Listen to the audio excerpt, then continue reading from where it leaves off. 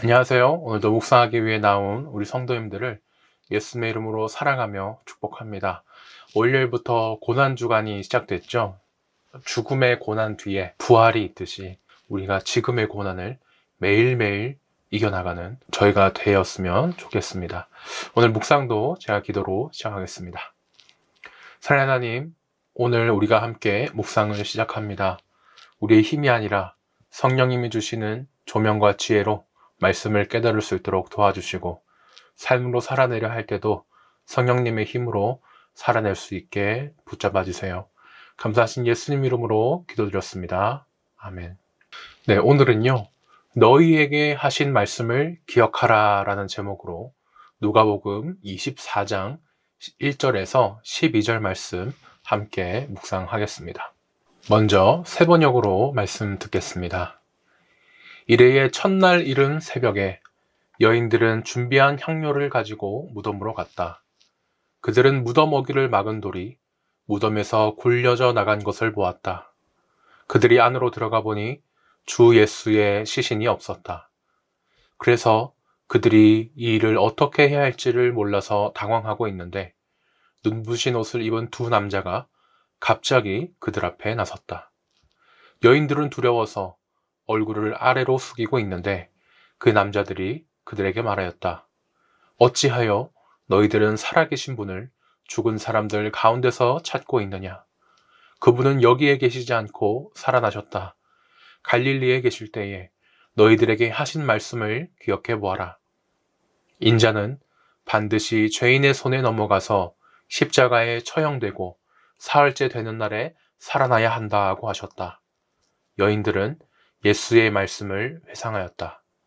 그들은 무덤에서 돌아와서 11 제자와 그 밖의 모든 사람에게 이 모든 일을 알렸다. 이 여인들은 막달라 마리아와 요한나와 야고보의 어머니인 마리아다. 이 여인들과 함께 있던 다른 여인들도 이 일을 사도들에게 말하였다. 그러나 사도들에게는 이 말이 어처구니 없는 말로 들렸으므로 그들은 여인들의 말을 믿지 않았다. 그러나 베드로는 일어나서 무덤으로 달려가 몸을 굽혀서 들여다보았다. 거기에는 시신을 감았던 삼배만 놓여 있었다. 그는 일어난 일을 이상히 여기면서 집으로 돌아갔다. 아멘.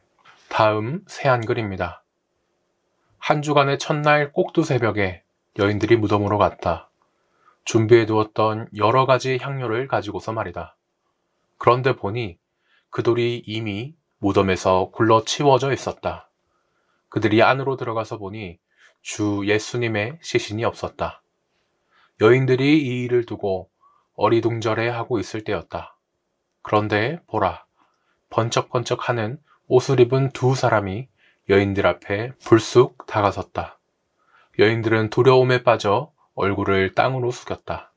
이때 그 두 사람이 여인들한테 말했다. 그대들은 왜 살아계신 분을 죽은 사람들 가운데서 찾고 있나요? 그분은 여기 계시지 않아요. 일으킴받아 살아나셨어요. 그분이 아직 갈릴레아에 계실 때 그대들에게 어떻게 말씀하셨는지 떠올려 보세요. 그분이 이렇게 말씀하셨죠. 인자는 반드시 죄인들 손에 넘겨져서 십자가에 매달려야 합니다.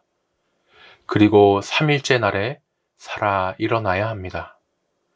그러자 예수님이 하신 말씀들이 여인들에게 떠올랐다. 그들은 무덤에서 돌아와 이 모든 일을 11명의 제자와 그 밖에 다른 모든 사람들에게 알렸다.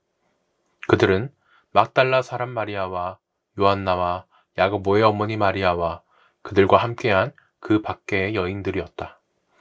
그 여인들이 사도들한테 이것들을 말해주었다. 사도들이 보기에 이런 말은 헛소리로 들렸다. 그래서 사도들은 여인들 말을 믿지 않았다. 그러나 베드로는 일어나서 무덤으로 달려갔다. 그가 몸을 굽혀 들여다보니 고운 삼배밖에 없었다. 베드로는 일어난 일을 혼자 몹시 놀라워하면서 돌아갔다. 마지막 메시지입니다. 일요일 새벽에 여인들은 미리 준비해 두었던 장례용 향료를 가지고 무덤으로 갔다. 그들은 무덤 입구를 막은 돌이 옮겨져 있는 것을 발견하고 안으로 들어갔다. 그런데 안에 들어가 보니 주 예수의 시신이 보이지 않았다. 그들은 어찌된 영문인지 몰라 당황했다. 그때 온몸에 광채가 나는 두 사람이 갑자기 나타나 그들 곁에 섰다. 여인들은 두려워서 엎드려 경배했다. 그들이 말했다. 어째서 너희는 살아계신 분을 무덤에서 찾고 있느냐? 그분은 여기 계시지 않고 다시 살아나셨다. 너희가 갈릴리에 있을 때에 그분께서 자기가 죄인들에게 넘겨져 십자가에서 죽임을 당하고 사흘 후에 살아나야 한다고 말씀하신 것을 기억하느냐? 그때서야 여인들은 예수의 말씀이 생각났다. 그들은 무덤에서 돌아와 이 모든 소식을 11 제자와 나머지 사람들에게 전했다. 막달라 마리아와 요한나와 야고보의 어머니 마리아와 함께 있던 다른 여인들이 사도들에게 계속 이야기했으나 사도들은 그들의 말을 한마디도 믿지 않았다. 그들은 여인들이 지어낸 말이라고 생각했다. 그러나 베드로는 벌떡 일어나 무덤으로 달려갔다. 그가 몸을 구부려 안을 들여다보니 보이는 것이라고는 수의가 전부였다. 그는 이상하게 여겨 고개를 저으며 돌아갔다. 아멘. 지금까지 저희가 3번 말씀을 들었습니다. 전도서 9장 말씀에 이런 말씀이 있죠. 사람은 누구나 결국 죽기 때문에 아무리 열심히 노력하고 쫓던 가치도 죽음은 아무 소용 없어지게 한다는 말씀입니다. 세상에 죽지 않는 사람은 없죠. 빠르거나 늦거나 차이가 있을 뿐 결국에는 누구나 죽게 됩니다. 많은 사람들은 이 죽음이 끝이라고 생각하기 때문에 돈 있는 사람은 돈으로, 권력 있는 사람은 권력으로, 또 건강인 사람은 무언가를 성취해서 이 땅에 자기 흔적을 남기려고 하죠. 가장 대표적으로 진시황의 무덤, 파라오의 피라미드 이런 것들이 있지 않습니까? 돈과 권력으로 얼마나 그 무덤들을 크고 화려하게 꾸몄는지 모릅니다. 그런데 우리 예수님을 믿는 사람들은 다르죠. 죽는다고 끝이 아니라는 걸 알기 때문입니다. 죽음은 끝이 아니라 영생을 누릴 수 있는 새로운 시작이 되고 이 땅에서 삶을 맛보기로써 끝내면 수고하지만 그 이후에는 하나님 나라에서 행복하게 영원히 살 수 있는 그 영생을 누리게 됩니다. 이 땅에서의 삶이 고되지만 그 고될수록 나중에 영광을 누릴 때 더 달콤하겠죠. 물론 세상 속에 살다 보면 정말 죽음이 끝이 아니긴 하는 걸까 의심이 들기도 합니다. 당장 너무 힘들기 때문에 나중에 다가올 영광은 생각도 안 나기도 해요. 하지만 그렇기 때문에 하나님은 우리에게 정말 그 확실한 증거, 부활과 영광이 있을 거라는 증거를 주셨습니다. 그것은 바로 예수님의 빈 무덤이죠. 이 빈 무덤을 오늘 전하는 사람들이 있습니다. 누구인지 함께 말씀 묵상하겠습니다. 큰 1번입니다. 1절에서 7절을 보니 안식 후 첫날 여인들이 예수님의 무덤을 찾아갑니다. 여인들이 예수님의 무덤에 간 이유는 무엇입니까? 1절을 보니 예수님의 시신에 향기 나는 장례용 기름, 향유를 바르기 위해서 갔습니다. 우리는 24시 땡 하면 새로운 하루가 시작이 됩니다. 그런데 유대인들은 달라요. 하나님이 이제 어둠에서 빛으로 세상을 만드셨기 때문에 저녁부터 새로운 하루로 시작을 합니다. 이 사실이 정말 중요한데요. 6월절 저녁 식사에는 빵과 포도주 그리고 이제 어린 양 고기를 먹습니다. 식사를 주관하는 가장은 그날 오전에 미리 성전에 가서 제물로 드려진 어린 양 고기를 받아와야 했어요.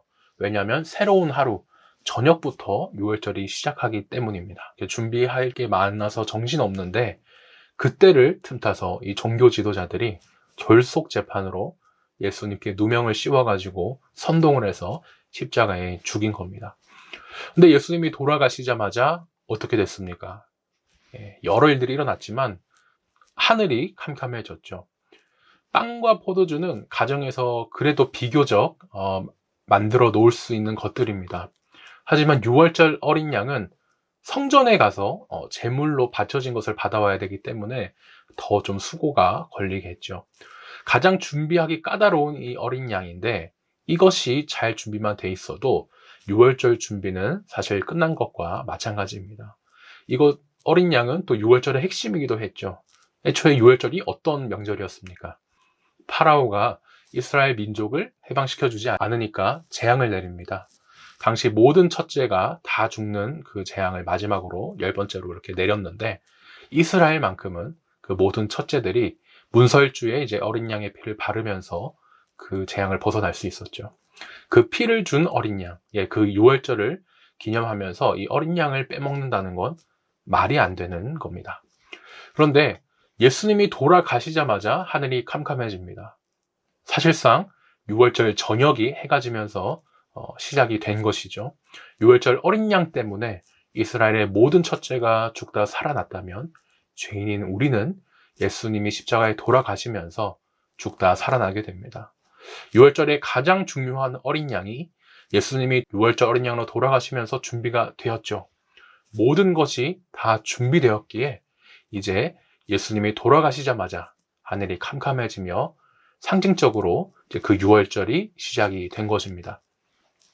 물론 유대인들은 이런 깊은 뜻을 모르죠. 예수님을 메시아로 인정하지 않았기 때문입니다. 그래서 원래 해가 졌던 그 시간대로 이제 맞춰 움직입니다. 다만 갑자기 이제 하늘이 컴컴해지니까 막 도적과 같이 갑자기 찾아온 그 유월절 저녁 시작에 놀라게 됩니다.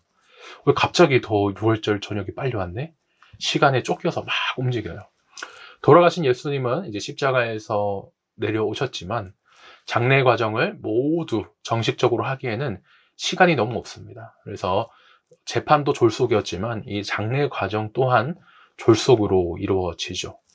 예수님은 태어나실 때도 그랬지만 이 땅에 돌아가실 때도, 이 땅에서 돌아가시고 나서 장례를 치를 때도 얼마나 낮게 이렇게 돌아가셨는지를 알 수 있습니다. 하지만 또 하나님의 사역에 꼭 필요한 무덤은 아리마대 요셉을 통해 또 준비하게 하셨습니다. 아무도 타지 않은 나귀를 타고 예루살렘에 들어오셨는데, 이 장례의 무덤도 아무도 장례를 치른 적 없던 그 무덤에 묻히신 것이죠. 한편 예수님의 장례가 엄청 시간에 쫓기면서 온전하게 이루어지지 않았는데 그것을 또 보고 있던 사람들이 있었습니다. 바로 여인들이죠. 마음이 너무 아팠지만 일단 유월절은 안식이었기 때문에 말씀대로 순종해서 쉬게 됩니다.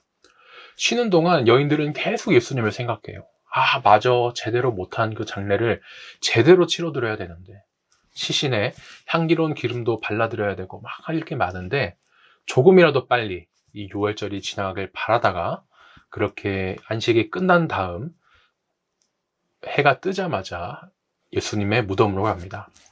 금요일 저녁에 시작한 유월절이 토요일 저녁에 끝나겠죠. 그리고 그 토요일 저녁에 끝났는데 그 다음 날이니까 주일입니다. 주일 새벽에 예수님을 찾아간 거예요. 하지만 이럴 수가, 놀라운 일이 일어났습니다. 이번 질문입니다. 여인들이 무덤에서 목격한 것은 무엇입니까? 2절, 3절을 보니 무덤을 막고 있던 큰 돌이 옆으로 굴러져 있었고 예수님의 시신도 없었습니다. 유대인들의 장례 절차는요, 단계에 따라 1년까지 갈 수도 있습니다. 우리 시대에는 이제 한 사람이 죽으면 이제 그 시신을 화장할 수도 있고 여러 방법이 있지만, 당시에는 살을 썩히는 작업이 필요했습니다. 살이 썩고 뼈만 남게 되면 이제 그 뼈를 잘 묻었죠. 이때 시신의 살이 썩으면서 이제 냄새가 엄청 나는데 그 썩는 냄새를 줄이면서 또 뼈만 잘 남게 그 모양을 내기 위해 향기 나는 장례용 기름을 발랐습니다. 향이 나는 기름이라고 해서 엄청 비싼데 향유라고 하는 것이 그것이죠. 그 귀한 향유를 변질되지 않게 밀봉해서 보관을 했는데 그 통이 옥합이었습니다. 예수님은 이제 이런 장례 절차도 제대로 지켜지지 않을 정도로 졸속 장례를 치르시게 됩니다. 여인들은 이런 예수님께 마저 남은 장례 절차를 온전하게 잘 지켜드리고 싶어서 예를 갖추려고 한 거였습니다. 근데 이제 그렇게 예를 갖추기 위해 오는데 멀리서 보니까 무덤을 막던 큰 돌이 열려 있는 거예요. 설마 하지만 가까이 와서 보니 정말 열려 있습니다. 예수님의 무덤을 마련해 준 사람은 아리마대 요셉이라는 사람으로 부자였습니다. 아무 무덤이나 준비해 두지 않았겠죠. 시신이 훼손당하지 않게끔 큰 돌로 입구를 막은 무덤이었습니다. 예루살렘에는 이 예수님의 무덤이었다고 이제 추정되는 무덤이 있는데요. 고고학 연구에 따르면 이제 무게만 2톤이고 닫을 때는 이 내리막길에 돌을 굴려서 닫습니다. 그 말은 닫기는 쉬운데 반대로 열기에는 이제 오르막 역으로 들어 올려야 돼서 힘센 장사가 여러 명이 있어야 겨우 옮길 수 있었습니다. 안식일이 마치자마자 어느 누구보다 더 일찍 나선 여인들인데 누가 이 새에 우리보다 먼저 와서 이 돌을 옮겼단 말인가, 또 어떻게 옮겼단 말인가 생각을 하며 이제 무덤에 도착했겠죠. 가서 보니까 예수님이 계시질 않습니다. 그때 이제 두 남자가 나타나서 말해주죠. 우리는 천사인 걸 알고 있지만 이제 누가복음은 두 남자라고 이렇게 이야기를 합니다. 왜 그런지는 제가 또 계속 말씀을 살펴보겠습니다. 3번 질문입니다. 근심하고 있는 여인들에게 두 사람이 전한 말은 무엇입니까? 4절에서 7절에서 보니 예수님은 갈릴리에서 여인들에게 미리 말씀하셨던 것처럼 죽은 자 가운데서 다시 살아나셨다고 전했습니다. 네, 오늘 묵상에서 정정해야 될 부분이 있습니다. 이 묵상 모범 답안에는 예수님은 제자들에게 말씀하셨다라고 이렇게 되어 있는데, 지금은 이제 두 사람, 이 천사가 여인들에게 하는 말이죠. 오늘 24장 6절을 보면 누가복음에도 제자들에게가 아니고 너희들에게라고 이렇게 말씀을 합니다. 그러니까 누가복음은 여기서 반전을 탁 주는 거예요.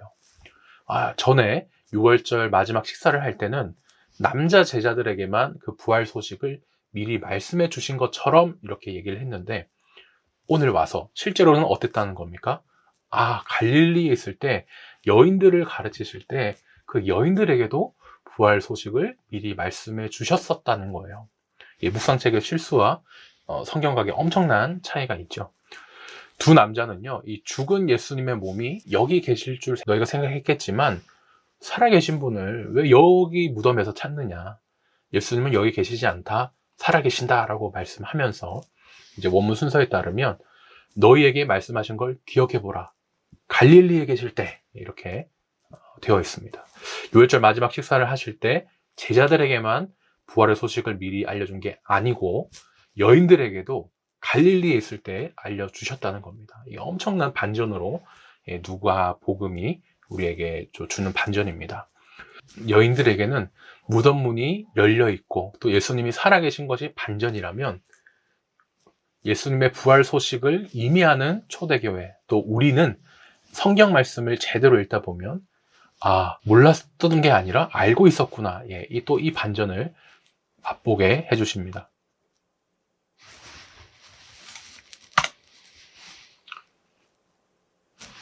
예수님의 부활 소식을 이미 아는 우리는 초대교회 성도들처럼 예수님의 부활 소식을 초대교회 성도와 우리는 이미 알고 있죠. 성경 말씀을 잘 읽으면 우리가 이 반전을 누가의 의도대로 맛볼 수 있게 됩니다. 여인들은 이제 이 두 남자의 말을 듣고 맞아, 우리에게 해주신 말씀이 있었지 하고 그 말씀을 기억합니다. 여인들과 제자들 모두 이 부활하실 거라는 소식을 미리 들었는데, 하나님은 이 부활의 소식을 제자들이 아니고 여인들이 더 먼저 보고 깨닫게 하세요. 누가는 누가복음 다음으로 사도행전을 계속 이어 쓸 것이기 때문에 이제 누가복음 끝날 때쯤은 계속 제자들을 부를 때 제자라는 말 대신 사도라는 말을 쓰고 있어요.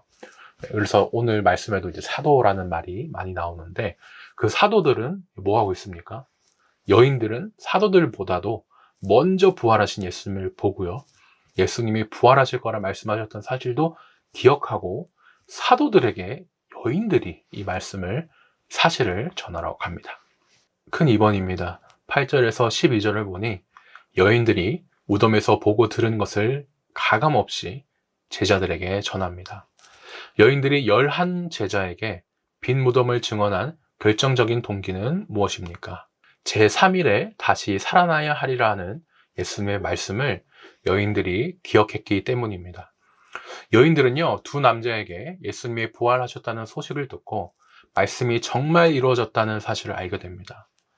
구약에서는요, 어떤 사건이 터지면 증인으로 두 명을 세워야 됩니다. 한 명은 스스로를 속이면서 거짓말을 할 수도 있기 때문에 서로가 이제 서로의 또 다른 증인이 될 수 있게끔 최소한 증인을 세운다 하면 두 명은 세워야 합니다. 근데 여기서 두 명이란 이제 유대인 남자겠죠. 예수님 부활하시는 소식도 그래서 두 남자가 전해줍니다. 성경은 두 사람으로 되어 있지만 원어로는 두 남자라고도 번역을 할 수 있습니다. 그래서 유대 문화를 보면 두 남자로 번역하는 것이 더 좋습니다. 그래서 저도 이제 두 남자라고 읽은 것인데요. 어쨌든 이렇게 두 구약의 말씀대로 증인의 조건을 충족한 두 남자가 여인들에게 이제 부활의 소식을 전해주는 겁니다. 근데 참 놀라운 게요. 이 부활의 소식, 또 복음의 소식은 그 모든 조건을 갖췄던 그 두 남자가 아니라 당시에는 증인의 자격이 없다고 여겨졌던 여인들을 통해 전해지게 됩니다. 자, 과연 사도들은 이 증인의 자격이 없는 여인들의 증언을 어떻게 받아들일까요? 2번입니다. 사도들은 여인들의 말에 어떻게 반응합니까? 11절에는 여인들의 말이 헛소리처럼 들려서 믿지 않았다고 합니다. 사도들은 뭐? 예수님이 부활했다고? 이 여인들이 너무 지금 슬프니까 헛것을 봤구나 이렇게 생각을 하며 믿지 않습니다. 이 사도들이 참 야속한데요. 부활할 거라고는 정말 생각도 못하고 있었고 또 당시 문화에서는 증인 자격도 없는 그런 사람들이 하는 이야기라고 생각했기 때문에 충분히 또 그렇게 생각할 수밖에 없었습니다. 근데 그 말을 그냥 넘기지 않은 사람이 있었죠. 바로 베드로였습니다. 누가복음 초반에 예수님이 이제 메시아라는 말을 듣고 다른 사람은 다 넘겨도 여인이었고 또 어머니 마리아는 그 말을 담아두고 생각하고 있었는데 이제 누가복음이 끝나가는 지금은 남자인 베드로가 이 여인들의 말을 생각하고 있습니다. 베드로는 이제 확인해 보기 위해서 직접 무덤으로 가보죠. 3번입니다. 무덤에 달려간 베드로 역시 무엇을 발견합니까? 12절을 보니 세마포만 남은 무덤이었습니다. 아무리 여인들이 약속하신 대로 부활하셨다니까요 계속 말해도 사도들은 믿지 않습니다. 대신 베드로만 자신이 직접 가서 보기 위해 무덤으로 가죠. 이것도 그냥 안 보고 믿으면 안 되나 생각할 수도 있겠지만 아예 헛소리로 치부했던 나머지 사도들이 더한 사람들입니다. 우리는 못 믿은 사람을 의심하는 도마 이렇게만 생각을 하지만 우리나 또 이 사도들이나 이 사도들이라고 불리면서까지도 얼마나 연약한지 깨닫게 됩니다. 그나마 좀 베드로는 나을까? 베드로는 무덤에서 예수님은 안 계시고 세마포만 남아있는 것을 봅니다. 야, 정말 부활하셨구나. 나는 자격이 없다고 그 여인들을 증인으로도 생각을 안 했는데 정말 맞았네. 이렇게라도 생각했으면 좋았겠지만 여전히 100% 믿기보다는 그저 신기하네. 왜 이러지? 의아하게 여기면서 집으로 돌아가고 끝납니다. 세마포는요, 이제 세밀하게 마로 만든 포입니다. 조선시대 번역하다 보니까 세마포 이렇게 번역이 됐는데 유대 문화에서는 깔고 덮고 옷으로 입을 수도 있는 그런 다용도로 쓰는 큰 천입니다. 그 천을 장례용으로 이제 쓴 것이죠. 무덤 안에 지금 예수님은 안 계시는데 이 세마포만 남았다는 거는 누가 예수님의 시신을 훔쳐간 게 아니라는 증거가 되기도 합니다. 예수님의 시신을 훔쳐가려고 했으면 안식일에 안식하지 말고 도둑질을 이제 해야 되는 건데 걸리면은 바로 이 사람은 처벌을 받게 되거든요. 누가 볼까봐 정신없이 막 그렇게 움직여야 됐을 텐데 당연히 있는 그대로 천에 감긴 채로 예수님의 시신을 가져가면 가져갔지 다르게 막 이렇게 그 세마포만 두고 가져갈 일은 없었습니다. 하지만 그 어떠한 증거보다 가장 예수님이 부활하셨다는 확실한 증거가 있죠. 무엇보다도 가장 강력한 부활의 증거는 예수님께서 부활하신 몸을 직접 보여주셨다는 것입니다. 나눔 2번입니다. 예수님의 말씀을 기억한 여인들은 빈 무덤에서 예수님이 부활하셨다는 사실을 알아차렸습니다. 말씀을 기억하니까 눈앞에 있던 현실을 완전히 다르게 보게 된 것이죠. 말씀을 깨닫고 또 삶의 현실과 세상을 보는 눈이 바뀐 경험이 있다면 언제였나 생각해보면 좋겠습니다. 또 나눔 3번입니다. 사도들은요, 예수님의 부활 예고와 또 여인들이 하는 증언을 듣고서도 증인의 자격이 없는 여인들의 말이고 또 자신들의 상황과 상식으로는 믿을 수 없기 때문에 그 예수님의 부활을 믿지 않았습니다. 예수님이 말씀하셨던 그 사실보다 자기 생각, 경험과 닥친 현실을 더 믿기 때문인데요. 나의 경험 때문에 믿기 어려웠던 그런 말씀이 있다면 무엇이었나 한번 생각해 보면 좋겠습니다. 마지막 기도 제목입니다. 나의 삶에 있어서는 나에게 부활과 영원한 생명을 주셨으니 죄와 사망을 겁내지 않고 자유롭게 살게 해주세요 라고 기도하여 주시고, 우리 교회에 있어서는 부활을 알고 믿는 데서 끝나지 않고 예수님의 부활을 온 세상의 말과 삶으로 살아내게 해주세요 라고 기도해 주셨으면 좋겠습니다. 오늘 묵상은 여기까지입니다. 이번 고난주간에 주님의 고난을 잘 묵상하시면서 부활하시길 기다리고 계시죠? 기다리던 그 부활주일에 우리 함께 연합예배로 꼭 뵙겠습니다.